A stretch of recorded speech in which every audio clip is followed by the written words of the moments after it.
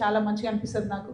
అన్నీ మిక్స్ అయి ఉంటాయి అందులో, రాయలసీమ, కొద్దిగా కన్నడ, కొంచెం తెలుగు, అన్నీ తెలంగాణ, రాయలసీమ అన్ని సంస్కృతులతోనూ ఒక విభిన్నంగా మంచి మనస్తత్వం కలిగినటువంటి మనుషులుగా గుర్తింపు ఉంటుంది గద్వాల ఆలంపూర్ ప్రజలంటే.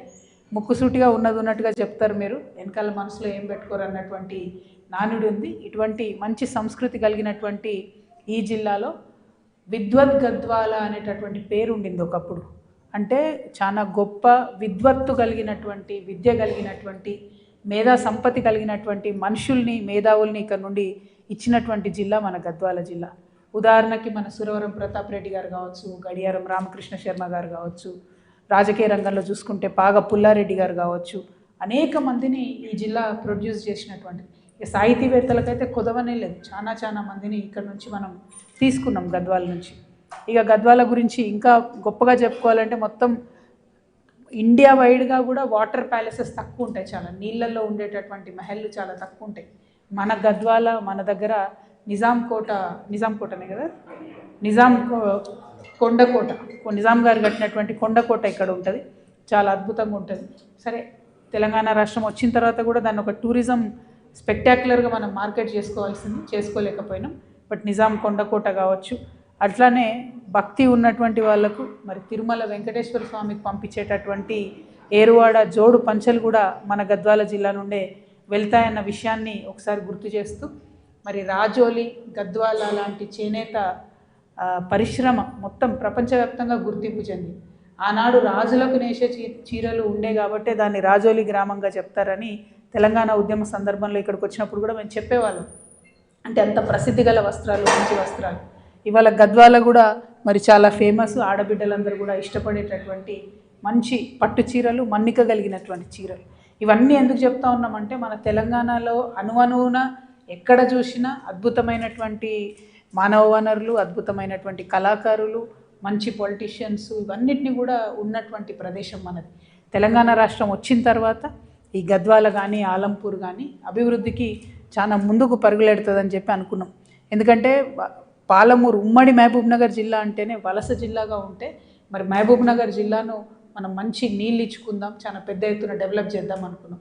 అంతకుముందు ఆంధ్రలో, ఉమ్మడి ఆంధ్రప్రదేశ్లో ఏముండే మన పరిస్థితి, వరల్డ్ బ్యాంక్ చైర్మన్ రావాలంటే ఇక్కడ వచ్చి చూడాలి, మన దగ్గర మనని ఎగ్జిబిషన్లో కోతులను చూసినట్టు చూసి మనకు డబ్బులు ఇచ్చి పోవాలి. అట్లాంటి ప్రయత్నం ఆనాడు జరిగింది. సరే, ఎంత మంచైంది ఎంత చెడైంది అన్నది నిన్న నా 2 రోజుల పర్యటనలో మాత్రం తెలిసింది. ఇప్పుడు వరల్డ్ బ్యాంక్ చైర్మన్ ఇక్కడ రమ్మంటే చూసి ఏడుస్తాడు అనుకుంటా. నన్ను ఇన్నిసార్లు తీసుకొచ్చి ఇన్ని డబ్బులు ఇచ్చినా ఎక్కడ పోయినా నాయన, రోడ్డు లేదు, చక్కగా నీళ్లు లేవు అనేటటువంటి పరిస్థితి కనబడుతుంది. అంటే తెలంగాణ రాకముందు ఏదైతే పరిస్థితి ఉందో ఇప్పుడు అదే. ఒక ఎగ్జాంపుల్ చెప్తాను నేను. ఇవాళ ఈవెన్ టుడే 2025లో కూడా గద్వాల పరిస్థితి ఎడ్యుకేషన్లో మీరు చూసుకున్నట్టయితే ఇప్పుడు కూడా మనం అత్యంత తక్కువ ఎడ్యుకేషన్ ఉన్నటువంటి జిల్లా తెలంగాణ రాష్ట్రంలో ఏదైనా ఉందంటే గద్వాల. సగటున భారతదేశంలో 76.9% లిటరసీ రేట్ ఉంది. కానీ మన తెలంగాణలో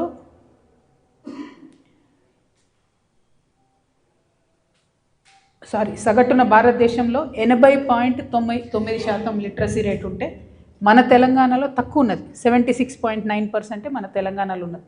అందులో మరీ ముఖ్యంగా రూరల్ తెలంగాణ అంటే అర్బన్ తెలంగాణ, హైదరాబాద్ చూసుకుంటే మీరు 76.9% కనబడుతుంది. కానీ రూరల్ తెలంగాణ, మన గ్రామీణ ప్రాంతాల్లో మాత్రం 69.9% ఉన్నది. అంటే భారతదేశ సగటుకి దాదాపు 11% తక్కువ మన దగ్గర శాతం ఎడ్యుకేషన్ ఓవరాల్ తెలంగాణ చెప్తున్నా నేను. అదేవిధంగా మహిళల యొక్క శాతాన్ని చూసుకున్నట్టయితే తెలంగాణలో 65.9% ఉండే, పోయిన సంవత్సరం నుంచి ఈ సంవత్సరానికి 61.1% పడిపోయింది. దేశవ్యాప్తంగా మహిళల ఎడ్యుకేషన్ పెరుగుతుంటే మన తెలంగాణలో మాత్రం మహిళల ఎడ్యుకేషన్ 4% పడిపోయింది. ఇక తెలంగాణ రైజింగా ఫాలింగా మరి మనమే ఒకసారి ఆలోచన చేసుకోవాలి. ఎందుకు తెలంగాణ రైజింగ్ అని సంబరాలు చేసుకున్నారో ముఖ్యమంత్రి గారే చెప్పాలి. ఇక గద్వాల విషయానికి వస్తే ఇంకా దారుణం ఏంటంటే 49.8% మాత్రమే ఇప్పటికీ కూడా మన ఎడ్యుకేషన్, మన లిటరసీ పర్సెంటేజ్ ఉన్నది. అందులో మరి ముఖ్యంగా మహిళలది చూసుకున్నట్టయితే 39.4% మాత్రమే మహిళా ఎడ్యుకేషన్ ఓవరాల్ గద్వాల్ జిల్లా 2 నియోజకవర్గాలు కలిపి ఉన్నది. ఇక పర్టికులర్గా కేటితోటి మండలం ఏదైతే గట్టు నుండి విడిపోయి కొత్త మండలం అయిందో అక్కడ చూసుకుంటే లోయెస్ట్ 33.77% ఓవరాల్ లిటరసీ రేట్ ఉంటే మహిళలది అత్యంత దారుణంగా 23% మాత్రమే ఉన్నది. ఇక ఇక్కడున్న డీకే అరుణమ్మ గారు ఉన్న పార్టీ బీజేపీ బేటీ బచావో బేటీ పడావో బేటీ పడావో అంటారు. మరి ఏం పడాయిస్తున్నారో ఎక్కడికి వెళ్ళి పడాయిస్తున్నారో నాకైతే అర్థమైతలేదు. ఆవిడ సొంత జిల్లా సొంత ఇలాకా గద్వాల జిల్లాలో కేటిదొడ్డి మండలంలో మహిళా అక్షరాస్యత రేటు 23% ఉంటే డీకే అరుణమ్మ గారు ఏం చేస్తున్నారు? నేను ఈ ప్రశ్న సూటిగా అడగదలుచుకున్నాను. ఓవరాల్గా గద్వాల రాజకీయం అంతా చూసుకుంటే మీరు నాకంటే ఎక్కువ మీ అందరికీ తెలుసు. నేను కొత్తగా వచ్చిన మొన్నటిదాకా నన్ను నిజామాబాద్లో ఖైదీ చేసి పెట్టారు. ఇప్పుడిప్పుడే నేను తెలంగాణ అంతా తిరుగుతున్నా మళ్ళీ ఉద్యమం తర్వాత. నేను మిమ్మల్ని రాజకీయంగా మిమ్మల్ని పత్రికా మిత్రులు మీ ద్వారా ప్రజల్ని కోరుతా ఉన్నా. ఒకటే కుటుంబం కదా ఇన్ని రోజులు పరిపాలన చేసి, ఒక్కసారి మధ్యలో గట్టు భీమన్న గెలిచిండు ఒక 5 ఏళ్ల కోసం. ఆ తర్వాత మొత్తం వీళ్ళే కదా, మొత్తం స్వతంత్రం వచ్చినప్పటి నుంచి ఇప్పటి వరకు ఒకటే కుటుంబం.